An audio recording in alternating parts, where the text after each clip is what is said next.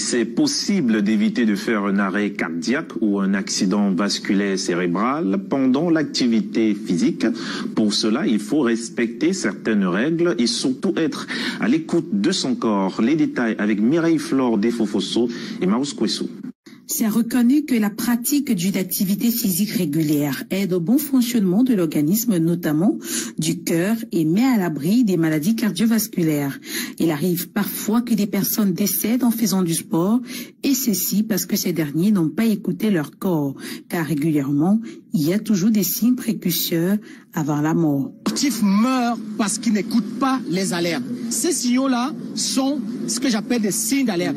Le premier signe d'alerte qui est fondamental qu'un sportif doit pouvoir identifier, c'est la douleur thoracique.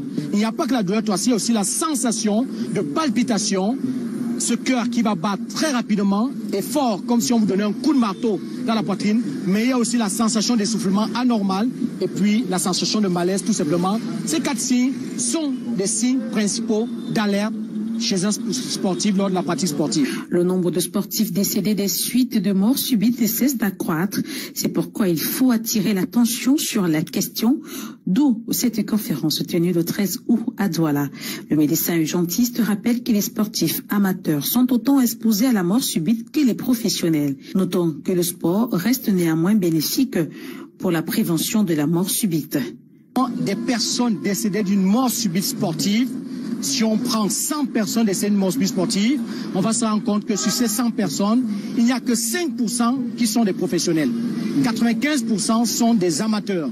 Le fait que la mort subite sportive concerne d'abord les sportifs amateurs que les sportifs professionnels. Pourquoi? Parce que les sportifs professionnels, ils sont encadrés sur le plan médical.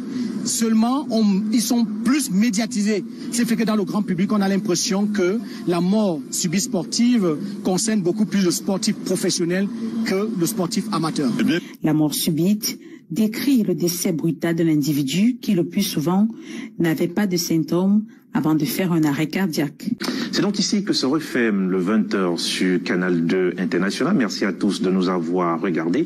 Prenons rendez-vous le week-end prochain quand il sera 20h effectivement. Et bien sûr, retrouvez lundi à partir de 19h50 Alain Gislain Kanga et bien sûr à 13h Julio Trésor Tanon et